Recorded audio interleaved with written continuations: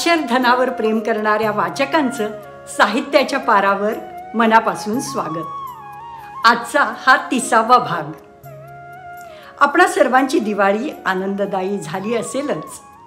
दिवाळीच्या चविष्ट फराळानंतर आज आपण जमलो आहोत साहित्यिक फराळाचा आस्वाद घेण्यासाठी।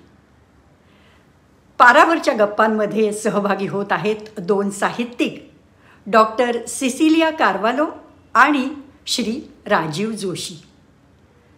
डॉक्टर सिसिलिया कारवालो यांचं टिपवणी हे पुस्तक म्हणजे त्यांची जीवनगाथा, तर राजीव जोशींचं जीवनदान हे वेगळ्या विषयावरील पुस्तक आपल्याला सांगतं अवयवदानाचं महत्त्व। या लेखनाशी जवळचा संबंध असलेल्या व्यक्ती आपल्या वाचक प्रतिक्रिया नोंदवणार आहेत। नाशिकच्या रंजना पाटील या टिपवणी या पुस्तकावर आपला अभिप्राय देणार आहेत आणि किडनी प्रत्यारोपणाचे लाभार्थी राजन पाटकर हे जीवनदान या पुस्तकाबद्दल आपले अनुभव सांगणार आहेत। या चौघांचंही साहित्याच्या पारावर मी हार्दिक स्वागत करते। वसईच्या नयनरम्य निसर्गाच्या कुशीत ज्यांचे जीवन फुललं त्या डॉक्टर सिसिलिया कारवालो आपल्या मनोगतात त्यांच्या या जीवनगाथेचं मर्म नेमक्या शब्दात मांडतात। त्यांनी लिहिलंय, पाणी म्हणजे जीवन। जीवनातही कधी रखरखाट खडखडाट अनुभवास येतोच, पण जमिनीखालचे झरे कुठेतरी ओल ठेवून असतात। खडकाळ विहिरीतही असे झरे स्त्रवत असतात। त्यासाठी प्रतीक्षा करणं ही आपली कसोटी असते। त्या पाण्याचा एक घोट देखील आपल्याला खूप सारी ऊर्जा देत असतो। असे ऊर्जावंत क्षण आयुष्यात खूप उशिरा मिळाले, खडखडाटानंतर मिळाले तरी आपलं जीवन पाणीदार करून जातात। महाविद्यालय आणि विद्यापीठ पातळीवरून मराठी भाषेचं अध्यापन करणाऱ्या डॉक्टर सिसिलिया कारवालो या पदवी महाविद्यालयाच्या प्राचार्यपदावरून निवृत्त झाल्या। बालभारती, उच्च माध्यमिक शालेय अभ्यासक्रम आणि मुंबई विद्यापीठाच्या मराठी अभ्यास मंडळाच्या अध्यक्ष म्हणून त्यांनी केलेलं शैक्षणिक कार्य अत्यंत मोलाचं असं आहे।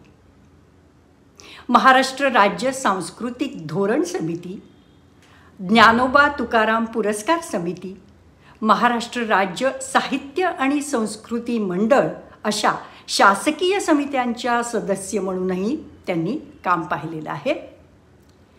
साहित्य विश्वात स्वतःचं एक स्थान निर्माण केलेल्या डॉक्टर सिसिलिया कारवालो यांची मूळ प्रकृती कवीची, म्हणूनच त्यांच्या ललित गद्य, कथा, संशोधनपर लेखन, अनुवाद अशा विविध अंगी लेखनात काव्यात्मछटा प्रकर्षाने जाणवते। ललितरम्य लेखनशैलीचा नमुना म्हणावी अशी विविध विषयांवरील त्यांची एकंदर 38 पुस्तकं प्रकाशित झाली आहेत। त्यांच्या ललित गद्य लेखनास अनंत काणेकर, पु ल देशपांडे आणि मधुकर केचे यांच्या नावाची राज्य शासनाचे 3 पुरस्कार प्राप्त झाले आहेत। त्यांचे काव्यसंग्रहसुद्धा राज्यस्तरीय पुरस्काराने गौरवान्वित आहेत। टिपवणी या त्यांच्या आत्मकथनाबद्दल ऐकूया डॉक्टर सिसिलिया कारवालो यांच्याकडून।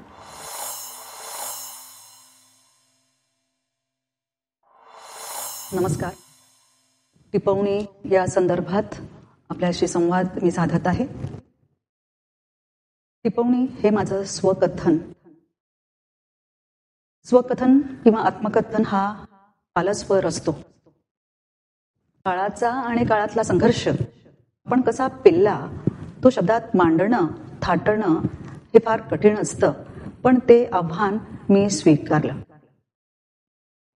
त्याच्यातलं अतूट नातं जे आहे काळाचं ते मांडण्याचा मी प्रयत्न केला। किंबहुना आयुष्याच्या एका विशिष्ट टप्प्यावर जेव्हा माझ्यातील संकुचितपण गळून पडलेलं आहे असं मला जाणवलं आणि मला आत्मबल प्राप्त झालेलं आहे असं समजलं, त्यावेळेला मी आत्मकथन लेखनासाठी सुरुवात केली. किंबहुना या सगळ्या आठवणी माझ्या मनात ताज्या होत्या, काही टिपून ठेवलेल्या होत्या. त्याला थोडासा उजाळा दिला आणि हे असंख्य आठवणींचे काजवे लखलखायला लागले. खरं तर ख्रिस्ती समाजामध्ये, मराठी भाषक ख्रिस्ती समाजामध्ये आत्मकथन हा प्रकार फारसा हाताळलेला दिसत नाही. या संदर्भातली खंत मी 2000 साली जेव्हा मराठी ख्रिस्ती समाजाची जे संमेलन झालं त्या संमेलनाचे अध्यक्ष असताना त्या विचारमंचावरून मी याविषयीची खंत व्यक्त केलेली होती. तर मला असं वाटलं की मग आपणच याची सुरुवात का करू नये असे समजून मी माझ्या आत्मकथन लेखनास सुरुवात केली. माझ्या आत्मकथनाचं नाव आहे टिपवणी. टिपवणी हा वाडवळी बोलीतील शब्द आहे. किंबहुना अत्यंत साधा सोपा असा त्याचा अर्थ आहे. टिप्प म्हणजे थेंब, वणी म्हणजे पाणी, पाण्याचे थेंब, अश्रूचे थेंब असंही आपल्याला म्हणता येईल. माणिकपूर हा गाव म्हणजे पाण्याचं दुर्भिक्ष असलेला आणि दगडांचा प्रदेश. त्यामुळे आम्हाला पाण्यासाठी आमची विहिरीवर जे नंबर लागत 2-2, 3-3 दिवसांनी आम्हाला पाणी मिळत असे. विहिरीत पाण्याचे झरे वळण्यासाठी जो वेळ लागत असे त्या काळात आम्हाला डोळ्यातून टिपं गाळावे लागत असत. तर हे जे पाणीदार अशा प्रकारच्या आठवणी आहेत त्या आठवणी सुद्धा आपण शब्दांकित कराव्या असं मला वाटलं आणि तेच बोलीतला तो शब्द, ते शीर्षक मी माझ्या स्वकथनासाठी दिलेलं आहे. टिपवणीत मी माझ्या आयुष्यातील परिवर्तनाचे टप्पे मांडलेले आहेत. एक म्हणजे शिक्षणाने माझ्या स्वतःमध्ये परिवर्तन झालं. आईवडिलांनी मला शिक्षणासाठी लावलं आणि त्यामुळे मराठी माध्यमातून जे माझं शिक्षण झालं त्यामुळे मला जे शिक्षण घ्यायला हवं होतं त्याचं आकलन योग्य पद्धतीने होत गेलं असं वाटतं. विविध भाषांची आवड निर्माण झाली, साहित्याची आवड निर्माण झाली. लेखनाचा वारसा मला नाही. आमच्या घरात कोणी लेखन केलेलं नाहीये, कोणत्याही कलेचा वारसा नाहीये. परंतु आईवडिलांच्याकडून मिळालेली संवेदनशीलता आणि त्या आईवडिलांच्या दोन्ही बाजूंकडून आजी आजोबांच्याकडून मिळालेली संवेदनशीलता आहे. कारण शेतीवाडी काम करणारी ही माणसं होती, निसर्गाच्या सहवासात असलेली ही माणसं होती. त्यांच्या हातापायाला लागलेली माती आजही माझ्या हातापायाला लागलेली आहे. ती संवेदनशीलता, तो स्पर्श मला जाणवत होता आणि तो मी आजपर्यंत जपून ठेवला. आणि म्हणूनच मला असं वाटतं की मी हे सगळे माझे अनुभव आणि त्या स्मरणातून मिळालेले सगळे अनुभव मी शब्दात टिपून ठेवू शकले. माझ्या जीवनानुभवाचा ताळेबंद मी टिपवणीमध्ये मांडलेला आहे. त्याच्यापैकी एक प्रकरण आहे पाण्यातला पैटा. आमच्या गावाचे नाव बरामपूर. या शब्दात राम आहे. या गावात सारे ख्रिस्ती लोक राहत असताना राम या शब्दाला सामावून घेणाऱ्या बरामपूरचा अर्थ काय असावा? हा शब्द ब्रह्म या शब्दाचा अपभ्रंश आहे असं नंतर कधीतरी कळलं. वडीलधाऱ्यांच्याकडून आम्हाला सांगितलं जायचं की रात्री गावात बरम्या फिरतो. घोड्यावरून फिरताना त्याच्या टापांचा आवाज ऐकू येतो. मग बरम्या म्हणजे ब्रह्मदेव हाही अर्थ कळत गेला. परंतु ख्रिस्ती वस्तीत ब्रह्मदेव का फिरत असावा असाही प्रश्न उपस्थित होईल. आमच्या गावाला लागूनच उमेळमान हे गाव. येथे सारी आगरी लोकांची वस्ती, सारी दुकानं या भागात होती. त्यामुळे कटे गेलाय, कुठे गेलाय की उत्तर येई मानेत गेलाय. मग असेही वाटू लागले की ही मान म्हणजे ब्रह्मदेवाची मान तर नसावी. गावातील लोकांची घरं कुडाची आणि चर्च ही लाकडं व कारवीच्या कुडाने उभारलेलं, ताडाच्या झावळ्यांनी शाकारलेलं असं होतं. चर्च विस्तीर्ण तलावाच्या काठावर विसावलेले आणि मानेतले मंदिरही तळ्याच्या काठावर विसावलेले. त्या मंदिराच्या आसपास भगवी छाटी पांघरलेले साधू छोट्या छोट्या कुटीत राहत असत. ते एकामागोमाग एक रस्त्याने जाऊ लागले की झेंडूच्या फुलांची मालाच गावाला तोरणासारखी बांधली की काय असे वाटे. धुपाचा गंध आणि घंटीचा मंजूळ आवाज पहाटे पहाटे प्रसन्न वातावरण निर्माण करीत असे. इकडे तळ्याकाठच्या चर्चमध्ये शुभ्र झगे घातलेले धर्मगुरू वास्तव्य करीत. पहाटेपासून चर्चच्या परिसरात ते फिरू लागले की पांढरी शुभ्र रोजरी जपमाळ गावाच्या प्रवेशद्वाराजवळ बांधली आहे असे वाटे. एका बाजूला ही शुभ्र रोजरी व बुचाची उफललेली फुले इतस्ततः पसरलेली आणि त्यांच्या मंद सुगंधाने सारा गाव गंधित झालेला, आणि तिकडे फुलांची माला गावाला बांधलेली. यात मंदिर आणि चर्चमध्ये जाणारी येणारी आणि तेथूनच आपले रोजचे व्यवहार करणारी माणसं गुण्यागोविंद्याने राहत असलेली. पोर्तुगीजांच्या काळातील धर्मांतराने येथील गावांना आणि लोकांना कोणतीही बाधा आणली नव्हती आणि आजही असा कोणताही व्यत्यय निर्माण झालेला नाहीये. चर्च आहे तेथेच आहे, त्याचा मनोरा आकाशापर्यंत भिडणारा झालेला आहे. मंदिर आहे तेथेच आहे, आपला मोठा कळस सांभाळीत ते स्थिर आहे. अनेक पिढ्या आल्या आणि गेल्या, परंतु नवी वस्ती वाढत गेली आणि रस्ते गर्दीने फुलून गेले. परंतु उमेळमान आणि बरामपूर येथील मंदिरापासून चर्चपर्यंतच्या आणि त्याच्या पल्याडच्या सांस्कृतिक एकात्मतेला अजूनही धक्का बसलेला नाही. मंदिर आणि चर्चकडील तलाव आक्रसत गेलेत, परंतु त्यांचं त्या तलावातील पाण्यातलं प्रतिबिंब मात्र लख्ख आहे. त्यावर विस्मरणाचा वयेटा म्हणजे सावली पडलेली नाही, कारण तो होता पाण्यातला पयेटा, पाण्यातलं प्रतिबिंब. आता शेवटचं जे प्रकरण आहे वैदचा वयेटा, याच्यातला एक छोटासा भाग वाचून दाखवते. बदल तसा माझ्यातही होत होता. शिक्षणाने व्यक्तिमत्वातच खूप परिवर्तन होत गेलं. संस्कारांचाही प्रश्न असतोच, त्यामुळेच तर आंतरिक ऊर्जेचा वापर करू शकले. आपण स्वतः स्वावलंबी झालो म्हणून कुटुंब सोडून देणं, घरातील दुर्बलांना वाऱ्यावर सोडणं मला योग्य वाटलं नाही. आयपायने शिक्षणाचा मार्ग दाखवला आणि माझ्यातील ऊर्जेला कालवे काढून दिले. हाडकुळी काटकुळी, अथमरेल की तथमरेल अशी पोलिओग्रस्त मुलगी म्हणून त्यांनी माझी विशेष काळजी घेतली. दुबळ्या पायांना बलवान केले म्हणून तर ताठ कण्याने आज उभी राहू शकले.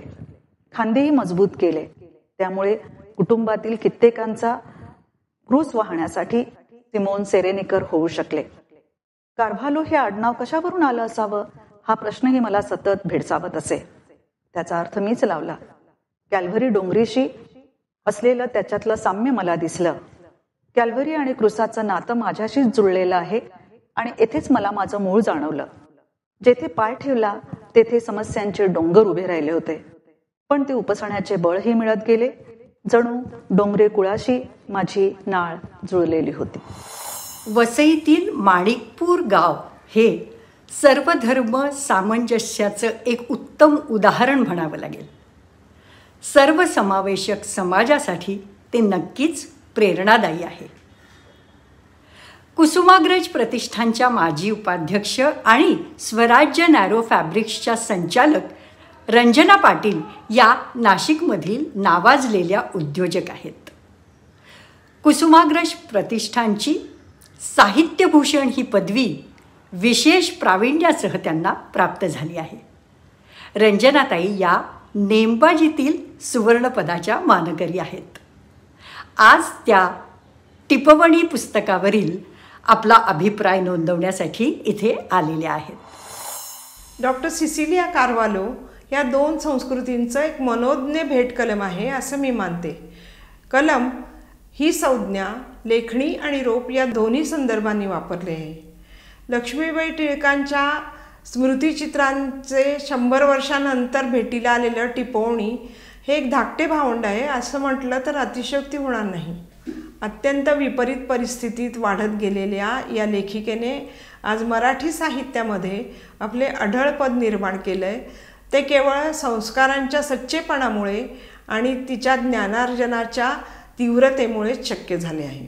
आपण जगलेल्या बोचऱ्या क्षणांची कुठलीही कटुता न ठेवता त्या आठवणींचे अत्यंत सुंदर रूपांतर करण्याची सिसिलियाची हातोटी ही एखाद्या अल्केमिस्टला लाजवेल अशी आहे. विहिरीच्या तळाशी पाझरणाऱ्या झऱ्यांचे माणसाच्या अंतःकरणातल्या मायेच्या झऱ्याशी तुलना करणारी ही लेखिका येण्या जाण्याच्या वाटेवरच्या तळ्यामध्ये गळणाऱ्या रंगीबेरंगी पाकळ्यांनी मोहित होते, पण व्यवहारात दडून बसलेल्या कोणत्याही मोहाचे क्षण तिला दिसतच नाहीत. बालपणाच्या आठवणींचे कोवळेपण या लेखिकेच्या वाट्याला अगदी अपवादाने जरी आले असले, ज्या समृद्ध आणि परिपक्व मुशीमधून ते शब्दांकित झालेले आहे, सकारात्मकतेचे कौतुक करावे तेवढे थोडे आहे. लेखिकेने प्रत्येक नकारात्मक संदर्भ, संकट किंवा योगायोग, परिस्थिती किंवा संकटांना परिसस्पर्श करून त्या संदर्भाचे देखणे शिल्पात रूपांतर केलेले आहे. कविवर्य कुसुमाग्रजांच्या घरीदारी अनेक लहान थोर माणसं मला भेटली. सिसिलिया यापैकीच एक. इतक्या वर्षांच्या सहवासामध्ये असे एकदाही जाणवले नाही की ह्या लेखिकेचे बालपण इतके कष्टात गेले असेल. म्हणूनच तिचा समृद्ध, सुशील आणि अभिरुची संपन्न दृष्टिकोन अबोलीसारखा असूनही भावणारा आहे. अगदी क्षुल्लक कारणासाठी निराश होणाऱ्या प्रत्येकासाठी टिपवणी हे अनुभवाचे बोल एक नवसंजीवनी आहे. वाळूला तावून, सुलाखून, सुसंस्कारित करून तिच्यातून जशी बिलोरिकाच उभरावी, तसं हे आत्मचरित्र उतरले आहे. अत्यंत पारदर्शक, नितळ, निर्मळ आणि सुंदर. धन्यवाद. आपल्या देशात दानाची थोर परंपरा अगदी प्राचीन काळापासून चालत आली आहे. महाभारतातील कर्ण म्हणजे दानशूरतेचा आदर्श. कुरुक्षेत्रावरील एक प्रसंग सांगतात की युद्धात कर्णाचा अंतसमय जवळ आलेला असताना त्याच्याकडे याचना करण्यासाठी एक वृद्ध याचक येतो. युद्धात मारल्या गेलेल्या आपल्या पुत्राच्या अंत्यविधीसाठी त्याला काही रक्कम हवी असते. अंतिम क्षण जवळ आलेला असतानाही देण्याची भावना कर्णाच्या मनात जन्म घेते आणि तो आपला सोन्याचा दात उपटून त्या वृद्धाला सुपूर्द करतो. मला वाटतं कर्णाचा हा दात हे आधुनिक अवयवदानाचं प्रतीकच म्हणावं लागेल. मरणोत्तर अवयवदान हा विषय आणि त्याचं महत्त्व लोकांना कळावं म्हणून राजीव जोशी यांनी जीवनदान हे एक आगळं वेगळं पुस्तक लिहिलं आहे. पेशाने पैशाचे व्यवहार करणाऱ्या राजीव जोशी यांच्या अंतरी एक संवेदनशील लेखक वसलेला आहे. 20 वर्ष विदेशी बँकेत नोकरी आणि नंतर 25 वर्ष अर्थसल्लागार म्हणून कार्यरत असताना त्यांचा लेखन प्रवास चालूच होता. 65हून अधिक एकांकिका आणि 25 प्रायोगिक आणि स्पर्धांसाठी नाट्यलेखन करताना त्यांनी आपल्या लेखणीद्वारे अनेक सामाजिक समस्यांचा वेध घेतला आहे. त्यांनी 3 व्यावसायिक नाटकंसुद्धा लिहिली आहेत. पैकी लंडनच्या आजीबाई या नाटकाचा प्रयोग खुद्द लंडन आणि इस्रायलमध्ये झालेला होता. नाट्यदर्पण, मटा सन्मान यासाठी त्यांनी परीक्षक म्हणून सुद्धा काम पाहिलेलं आहे.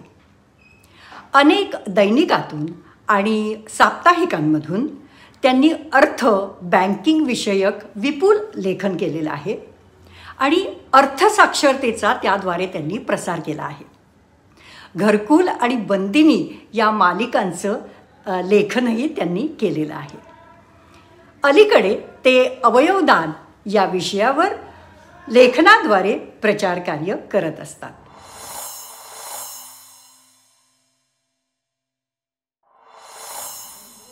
नमस्कार, मी राजीव जोशी. ग्रंथालीने माझं पुस्तक प्रकाशित केलं आहे ऑर्गन डोनेशन या विषयावरील जीवनदान. त्या संदर्भातली मी माहिती देणार आहे. म्हणजे मुख्य म्हणजे त्याचा लेखन प्रवास कसा घडला हे मी तुम्हाला सांगणार आहे. तसं बघितलं तर प्रत्येक लेखकाला आपलं जे कथानक किंवा गोष्ट सुचत असते त्याला काही ना काहीतरी निमित्त असते. कधी बातम्यातनं कळते, कधी आपल्या भोवती घडणाऱ्या सामाजिक घटनांमधून असते, कधी आपल्या कोणा परिचितांच्या ह्याच्यातनं आपल्याला गोष्ट कळते किंवा काही व्यक्तिरेखामधनं आपल्याला काही सुचते किंवा एखादा छोटासा स्पार्क आपल्याला मिळतो आणि त्यातनं आपल्याला ती प्रेरणा मिळते. माझ्या लेखन प्रवास आत्तापर्यंत बघितलं तर मी त्या पद्धतीने मोरू द पोल्युशन ही जी केली त्यावेळेला पोल्युशन 76-77 साली सुरू झालं होतं आणि त्याच्यावरनं मी सामाजिक आणि सांस्कृतिक पोल्युशन असा तो विषय घेतला होता. त्यानंतर मी बँकिंगमध्ये असताना मी हर्षद मेहताचं जे स्कॅम झालं होतं त्या संदर्भात नाईटमेअर नावाची एकांकिका केली होती. सुहास दाते नावाची एकांकिका आहे, त्याच्यामध्ये सेक्स चेंज ऑपरेशन हा विषय मी मांडला होता. तसं बघितलं तर अशात सामाजिक विषयांवर लिहित असताना मला अचानकपणे ऑर्गन डोनेशन, अवयवदान या विषयाकडे कसं वळावं असं वाटलं, कोणतं निमित्त ठरलं, ती कहाणी फार वेगळी आणि रंजक आहे. त्याबद्दल मी आता शेअर करणार आहे. आमचा शाळेपासूनचा मित्र राजन पाटकर हा आमच्या एकांकिकेत नाटकात काम करायचा आणि त्याप्रमाणे तो नोकरी सांभाळून, इंजिनियर असल्यामुळे नोकरी सांभाळून आमच्या वेगवेगळ्या प्रोजेक्टमध्ये असायचा. एकदा आम्ही सिरियल करत होतो सह्याद्रीला, तुझं माझं जमेना. तर पहिल्या काही एपिसोडमध्ये त्याचं सगळं नॉर्मल होतं आणि 4 महिन्यांनी शूटिंग केलं तेव्हा बघितलं तर त्यावेळेला त्याचं वजन जवळजवळ 85 किलोनी वाढलेलं होतं. म्हटलं असा फरक काय झाला, की असं काय घडलं? तर तो म्हणाला नाही, मला ट्रीटमेंट चालू आहे आणि माझ्या किडनीचा प्रॉब्लेम आहे. आणि मग त्यांनी सांगितलं की त्याच्या पूर्ण घराण्यामध्ये किडनीचे विकार आहेत आणि सगळ्यांना त्याचं किडनीचे आजार झालेले आहेत आणि त्यांना त्रास झालेला आहे. आणि त्याच्यानंतर मग त्यांनी त्याच्यावरती ट्रीटमेंट सुरू केली आणि मग लक्षात आलं की दोन्ही किडन्या निकामी झालेल्या आहेत. मग डायलिसिस सुरू झालं. असं करता करता एक वेळ अशी आली की डॉक्टरांनी सजेस्ट केलं की आता डायलिसिसनी काम होणार नाही, तुम्हाला किडनी ट्रान्सप्लांट करावं लागेल. मग किडनी डोनर शोधायला लागेल आणि बाजारात तर किडनी विकत मिळत नाही. मग त्यांनी काय केलं, अशावेळी त्याच्या रिलेटिव्ज आणि ह्याच्यामध्ये चौकशी करावी लागते. तर त्याच्या सख्या बहिणींनी तिच्या दोन्ही किडन्या चांगल्या, सुरक्षित आणि हेल्दी होत्या. तिने सांगितलं मी किडनी देते तुला, आणि त्याचं किडनी ट्रान्सप्लांटचं ऑपरेशन झालं. त्यावेळेला नेमका मी त्याच्याबरोबर लीलावतीमध्ये होतो. त्यावेळेला तो इतका प्रसन्न होता, इतका असं वाटते की कोणाला वाटेल टॉन्सिलचं ऑपरेशन झालंय, इतका तो मोकळेपणाने बोलत होता. तर त्याने मला सुचवलं की अरे राजू, तू ह्या विषयावर लिहायला पाहिजे, सामाजिक विषय आहे आणि लोकांमध्ये प्रचार काही व्हायला पाहिजे. मग मी म्हटलं बाबा मी कॉमर्स बँकिंगचा माणूस आहे. मग त्यांनी डॉक्टर भरत शाह, डॉक्टर प्रशांत राजपूत यांच्याकडे मला नेलं. आवश्यक माहिती मी गोळा केली. मग मला अचानक त्यातनं गोष्ट दिसली की स्वर्गामध्ये यमराज कंटाळलेला आहे की इकडनं आपले माणसं जास्त मरत नाहीये. तर का मरत नाही, तर कशामुळे असं होते, तर लोकांनी आता ऑर्गन डोनेशन सुरू केल्यामुळे माणसांचं मरण्याचं, मृत्यूचं प्रमाण हे घटलेलं आहे. तर यम स्वतः चिंतेत पडलेला आहे. आणि ही घटना मला अशी दिसल्यानंतर मी त्याच्यावरती साधारण आपण म्हणतो त्याप्रमाणे स्किट म्हणजे नाटुकल्या पद्धतीने ते लिहिलं आणि ते आम्ही सादर केलं. तर पहिला प्रयोग इतका चांगला झाला की आमच्याकडे काम करणाऱ्या मुलीला विचारलं की तू कुठल्या कॉलेजमध्ये MBBS केलंय म्हणून. दुसरा तिसरा प्रयोग जो झाला तो आम्ही ह्याला केला, यशवंतराव चव्हाण सेंटरला, नरिमन पॉइंटला. तिथे 700हून अधिक डॉक्टर जगातनं आले होते, वर्ल्ड कॉन्फरन्स होती. मी डॉक्टर भरत शहाना रिक्वेस्ट केली की आपण हिंदीतनं हे सादर करतोय, त्यांना ही हिंदी कळणार नाही तर त्याने इंग्लिशमधून त्याचे सिनॉप्सिस द्या. त्यांनी ते सिनॉप्सिस ऐकवले आणि ते नाटकलं आमचं लोकांपर्यंत इतकं पोहोचलं की स्टँडिंग ओवेशन मिळालं. काही लोकांनी, अमेरिकन डॉक्टर्सनी त्याचं व्हिडिओ रेकॉर्डिंग पण शूट केलं. नंतर मग हा सिलसिला सुरू झाला. म्हणजे राजन पाटकरनी स्वतः किडनी ट्रान्सप्लांट रेसिपिएंट झाल्यानंतर हा प्रचार करायचं ठरवलं. डॉक्टर भरत शाह, डॉक्टर प्रशांत राजपूत हे पण दर रविवारी करत होते, व्याख्यानं द्यायची आणि व्याख्यानाच्या पाठोपाठ आमचा परफॉर्मन्स असायचा. राजन पाटकर ज्यांनी किडनी मिळालेली आहे असा मनुष्य नॉर्मल आयुष्य जगतोय आणि परफॉर्म करतोय हे बघून लोक अचंबित व्हायचे. आणि यातनं आम्ही दर वर्ल्ड किडनी डेला एक नवीन नाटिका लिहायचं आम्ही जणू व्रतच आरंभलं. 5 वर्ष आम्ही सातत्याने केलं. मी रेडिओसाठी पण लिहिलं, कारण काय खेडेगावातल्या लोकांपर्यंत हा विषय पोहोचला पाहिजे. तुम्हाला सांगतो आश्चर्य म्हणजे डॉक्टर आणि नर्सेस, बँगलोरमधल्या डॉक्टरांनी पण याचे प्रयोग केले आणि स्पर्धेमध्ये भाग घेतला आणि याचे जवळजवळ 9 ते 10 भाषांमध्ये त्याचे अनुवाद झालेले आहेत. आमची एकच इच्छा आहे की याचे जास्तीत जास्त प्रयोग व्हावेत. आणि ग्रंथालयाकडे पण आम्ही हा विषय जेव्हा म्हटला तेव्हा अवघ्या काही मिनिटांमध्येच याचं अप्रुव्हल आलं की नाही, हा विषय समाजापर्यंत जाण्यासाठी पुस्तक असायला पाहिजे, वेगवेगळ्या माध्यमातून आपण लोकांपर्यंत पोहोचलं पाहिजे. जसं पूर्वी म्हटलं जाते जनजागृतीसाठी स्ट्रीट प्ले केले जायचे, पथनाट्य केलं जायचं, हा पथनाट्याचाच वेगळा आविष्कार आहे. जरी सोशल मीडिया आलेलं असलं ना तरी पथनाट्य हा फारच पॉवरफुल फॉर्म आहे आणि मला ते स्वतःला जाणवलं. मी हिंदीमधनं लिहिलं, मराठीतनं लिहिलं आणि अनेक भाषातनं याचे प्रयोग होत आहेत आणि मला वाटते हा विषय न संपणार आहे, कारण माणसाला अवयवांची गरज लागते. सगळे अवयव काही माणूस बनवू शकत नाही आणि आपले अवयव मृत्यू पश्चात हे जाळणं किंवा पुरण्यापेक्षा जर त्याचा विनियोग दुसऱ्या माणसानं जीवनदान देण्यासाठी झाला तर नक्कीच हवा आहे. आणि ब्रेन डेथ होतो त्या ठिकाणी तर अशा तऱ्हेने अवयवदान करणं फार महत्त्वाचं आहे. आणि मला वाटते पुस्तकाचा हाच हेतू आहे आणि पुस्तकाच्या माध्यमातून लोकांनी या विषयाचं गांभीर्य समजून घेतलं तर आपले अवयव हे इतरांना उपयोगी पडतील आणि त्यांना जीवनदान मिळेल असं मला नक्की वाटते. आणि त्यामुळे हे पुस्तक तुम्ही जरूर वाचा आणि याचा प्रचार आणि प्रसार करा. धन्यवाद. मैंने पूछा अपने भगवान से, अरे देवा, काय दिवस दाखवलास रे मला. अब मैं किसके सहारे जीऊंगा. जीने का कोई मकसद ही नहीं रहा. इतने में एक औरत आई और बोली, दीपक ने कुछ कार्ड साइन किए हैं, अपने सब ऑर्गन्स दान किए हैं ऐसा कह रही थी. उनको मेरी सम्मति चाहिए थी. मैंने कहा, जैसे दीपक की इच्छा हो वैसे करना. फिर शायद दीपक के अच्छे ऑर्गन्स निकाल दिए गए और जिनको उनकी जरूरत थी उन्हें दिए गए. मैंने डॉक्टर साहब से बहुत विनती की, मुझे इन लोगों से मिलना है, उनसे बातें करनी है. कुछ दिनों बाद डॉक्टर साहब ने मुझे बुलाया और उन लोगों से मिलवाया. किसी को दीपक की आंखें मिली थी तो किसी को दीपक की किडनी, किसी को लीवर मिली थी और किसी को क्या क्या. और देखते देखते मेरा परिवार बढ़ते गया. आज मेरे 4 बेटे हैं, 4 बहुएं हैं और नन्हे निन्हे पोता पोतियां. मैं बहुत खुश हूं. ये राशिद है ना, राशिद, ईद के दिन मुझे सिर खुरमा ला के देता है.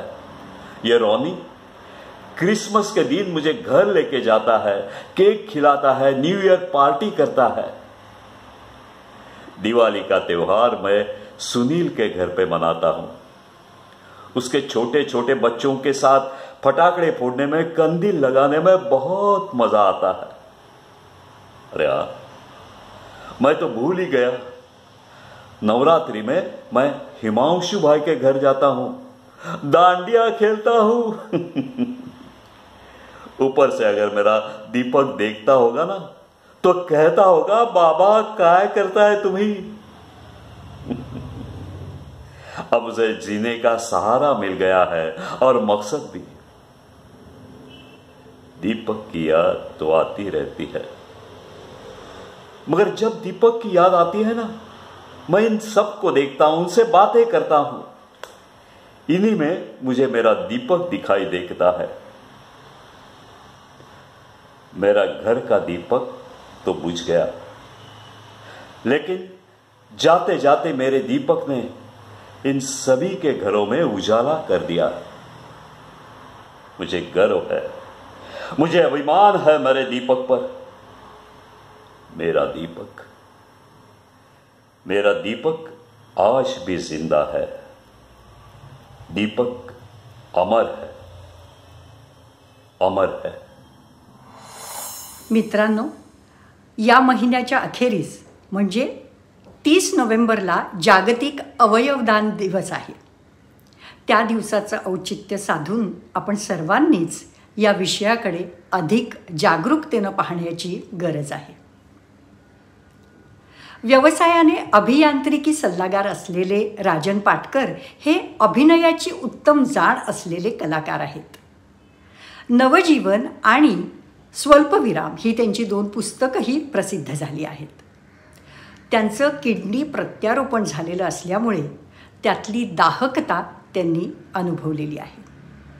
ऐकूया अवयवदान मोहिमेतील आघाडीचे कार्यकर्ते राजन पाटकर यांची जीवनदान या पुस्तकावरील प्रतिक्रिया. राजीव जोशी लिखित जीवनदान ह्या पुस्तकाचं किती महत्त्व आहे हे जर समजून घ्यायचं असेल तर आपल्याला आपल्या देशातील अवयवदानाच्या सद्यस्थितीची माहिती असणं गरजेचं आहे. आपल्या देशात अंदाजे दरवर्षी 5 लाख लोक किडनी विकाराचे शिकार होतात. त्यातील कसंबसं 4,000 लोकांना किडनी ट्रान्सप्लांट करण्याची संधी मिळते, कारण अवयवच उपलब्ध नसतात. आपल्या देशात अवयवदानाची माहिती सर्वदूर पसरलेली नाही आहे. त्याची महती काय आहे हेही लोकांना ठाऊक नाही आहे. त्यामुळे बरेच गैरसमज आहेत. लोकांमध्ये अवयवदानाविषयी भीती आहे आणि ही भीती दूर करण्याचं, ही माहिती लोकांपर्यंत पोहोचवण्याचं काम राजीव जोशींचं हे पुस्तक खूप चांगल्या प्रकारे करतं. राजीव जोशीने हे पुस्तक लिहिताना डॉक्टरांची मदत घेतलेली आहे आणि त्यांच्या मार्गदर्शनाखाली योग्य ती माहिती कोणतेही फेरबदल न करता किंवा लेखनाचं स्वातंत्र्य न घेता लोकांपर्यंत पोहोचवण्याचा प्रयत्न केलेला आहे. हे सर्व करताना कोणताही प्रचारकी थाट त्याच्यामध्ये येत नाही.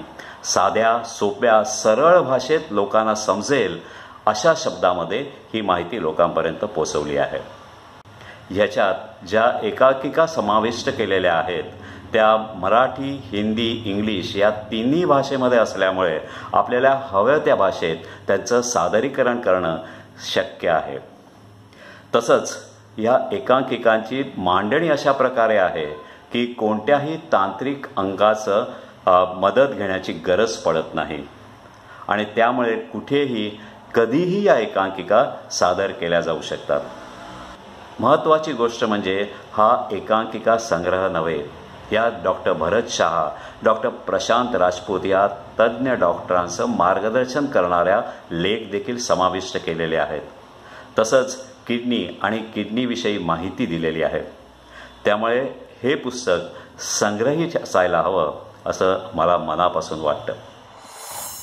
मंडळी, आजच्या लेखकांची मनोगतं आणि वाचकांच्या प्रतिक्रिया ऐकून ही पुस्तकं वाचायची तुमची उत्सुकता नक्कीच वाढली असेल. संग्रही ठेवावीत अशी ही पुस्तकं ग्रंथालयाच्या दादर कार्यालयात सवलतीच्या दरात उपलब्ध आहेत. आपण त्यांच्या या नंबरवर संपर्क साधू शकता. पुन्हा भेटूया पुढच्या शुक्रवारी नव्या साहित्यिकांसोबत साहित्याच्या पारावर. नमस्कार.